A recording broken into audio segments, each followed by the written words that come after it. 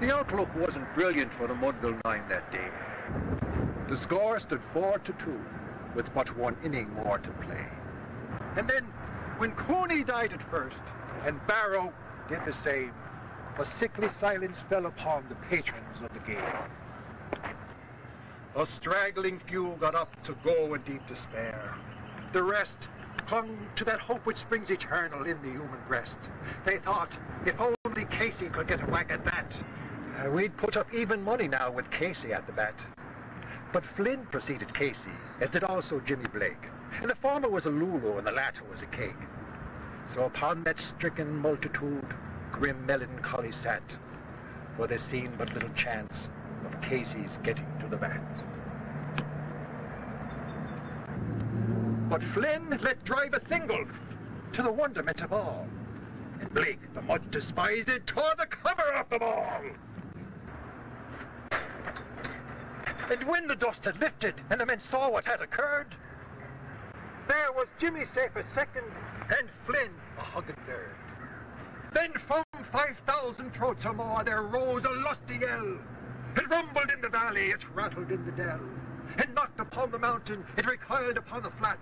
For Casey, mighty Casey, was advancing to the bat.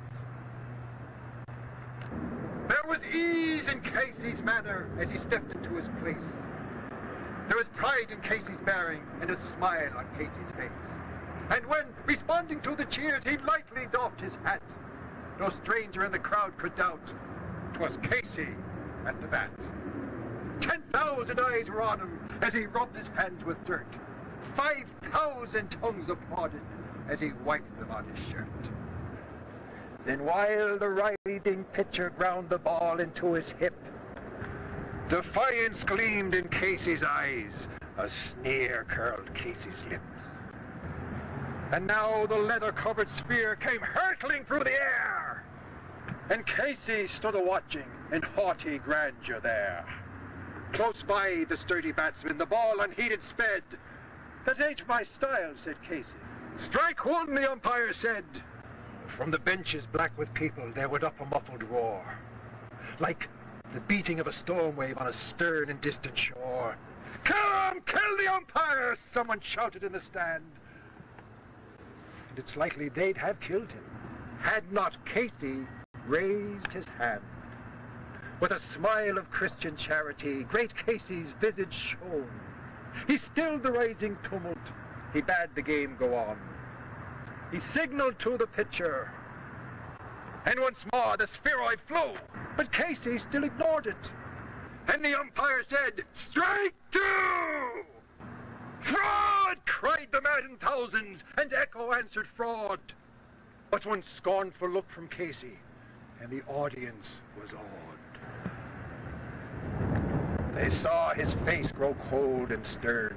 They saw his muscles strain, and they knew that Casey wouldn't let that ball go by again. The sneer is gone from Casey's lip. His teeth are clenched in hate. He pounds with cruel violence his bat upon the plate. And now the pitcher holds the ball, and now he lets it go.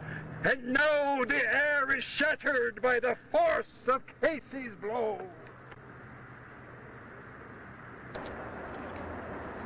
Oh, somewhere in this favored land, the sun is shining bright. The band is playing somewhere, and somewhere hearts are light. Somewhere men are laughing, and somewhere children shout. But there is no joy in Mudville. Mighty Casey has struck out.